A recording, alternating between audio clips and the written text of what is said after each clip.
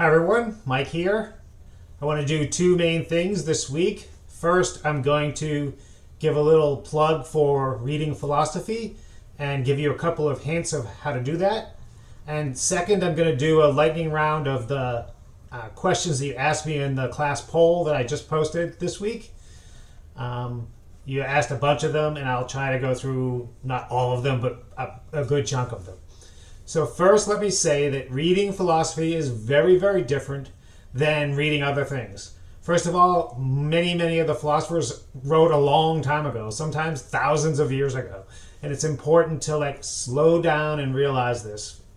The language changed, sentences were kind of weird, much longer. Some of the vocabulary is different. And it takes time to work your way through it. That is normal. It's not you. You're not a bad reader or anything like that, okay? So that's the first part of that. Secondarily, it's writing philosophy is hard to do.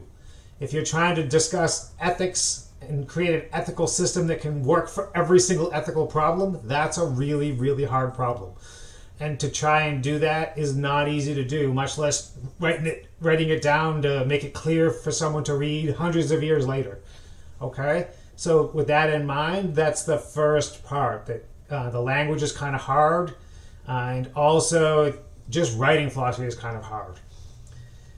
And so when you sit down to actually read, I made a quick Prezi. I would strongly recommend that you watch it. It's not required. If you feel like you want to just try it, go for it. But I would strongly recommend that you just look at the Prezi real quick. And there's two main things that I focus on in the Prezi. The first is you got to go slow and understand what every sentence means. It's really easy to go quickly through and try to read like you might read like a blog post or read a tweet or something. That is totally not going to work. You're going to have to slow your brain down, okay? And the secondary part is that you always should be in dialogue with the reading. I'm not asking you to buy any of this stuff 100%. What I'm asking you to is to read it critically. Okay, so this is what makes philosophy and reading philosophy so powerful for whatever job you want to do in the future.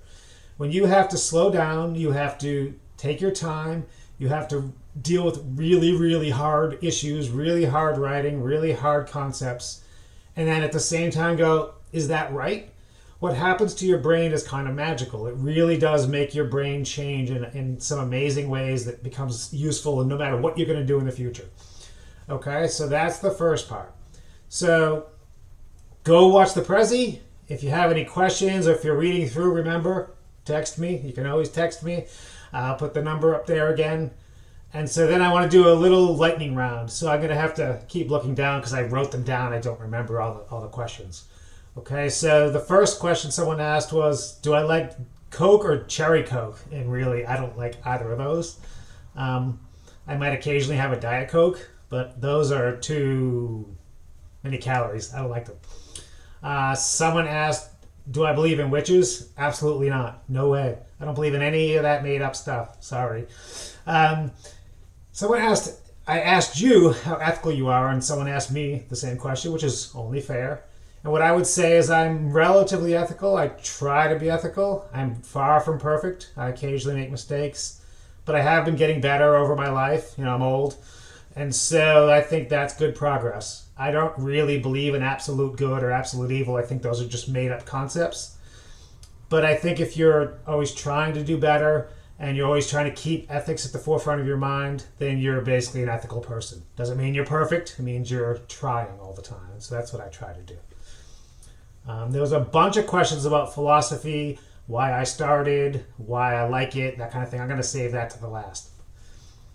Someone asked me what type of exercises I like. I'm a bit of a fitness nut. I'm old, so it's kind of hard.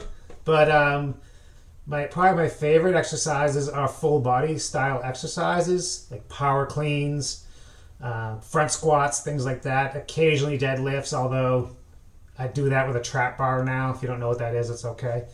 And I tend to do those with either a bar, a standard Olympic lifting bar with weight for power cleans, or I really do like using heavy sandbags, so like a 100-pound sandbag. Those are my favorite things. Dynamic, full body exercises with weight or with unusual weight, like the sandbag. Someone asked where my favorite place to hike is, and I guess you mean like locally. And what I would say is that locally it's a little bit difficult to get any really decent hiking trails. You got to go kind of far. To go overnight for any amount of time, you need to go like pretty far. So I would say probably my current favorite place to go that's not too far away is the River to River Trail in Southern Illinois, which is actually pretty great. And if you haven't gone, just email me and I can give you all kinds of information on that. Someone asked about my favorite philosopher. Probably my favorite of all time would be John Dewey, who we'll cover a little bit towards the end of the class. He was a pragmatist. He's one of the people I wrote my dissertation on, and I'm a bit of an expert on John Dewey.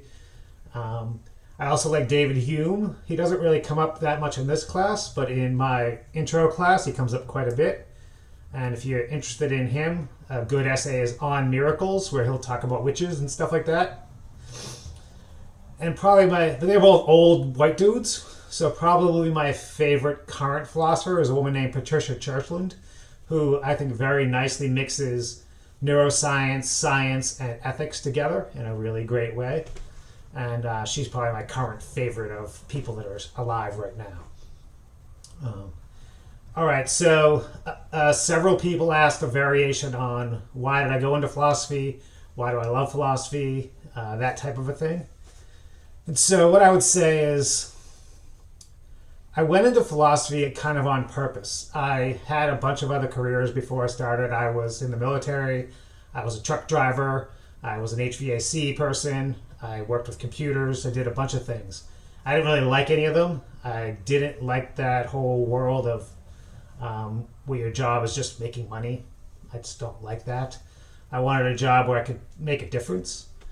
And so I always kind of liked the idea of teaching, and I almost went into outdoor education like hiking, camping, stuff like that, which a friend of mine actually does. But I instead wanted to go back and teach at college level, and then of course that takes forever, so you have to go through years and years. It takes 7-10 years to get the PhD, depending on how fast you go. It took me about 6.5 years, almost 7 years to finish the PhD. And the reason I did it is I really do think philosophy can change the world. I want a more just world, not a fake just world where certain groups are benefiting and certain other groups are getting screwed over. That's not what I mean. By just, I mean just for everybody. And I want it to be fair and just, which roughly mean the same thing. And I also want it to be an evidence-based world. So that's one of my main motivations, is I'm really anti making shit up. I don't like making shit up. I like to have evidence for things, or as much evidence as possible. Sometimes evidence is not perfect. And so I like to combine these two things. And so when I went into philosophy, that's what I wanted to do, was to help people create a more just world. Now that sounds a little bit corny these days to say you want to change the world, but really that's why I did it. And so when I say I love this job, that's why I love this job. It has actually worked. I mean, it doesn't work on everybody, but every class, some students really end up loving it, and that's enough for me. If I can just change 1 or 2 people, that's great. And so that's why I went into it, and that's why I love it.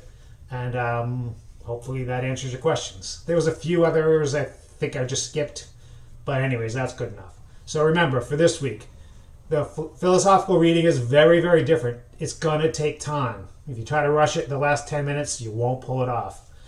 And if you need a little bit of help, there's some research links on Cobra under content. I put them at the bottom somewhere. And you can go in there and click in, John Stuart Mill, who's the guy we're doing this first time. And there's some good, reliable links there that can help you. But the easiest thing, of course, is text me. Text me. If you want to know, you're reading something, you're like, what the heck does this even mean? Text Mike. That's what I'm sitting here for, okay? That's my job. I just told you why I'm doing it. I don't mind, really, please. Okay? So watch the Prezi. It'll help you a lot with the reading. If you decide to just jump in the reading, it's okay if it's hard and takes time. And there'll be a writing assignment where I'll ask you to kind of summarize the reading and then to say what you thought. If you liked it, didn't like it, that type of thing. Okay? And so that's it for this week. Watch the Prezis, do the assignment, and I'll see you next week.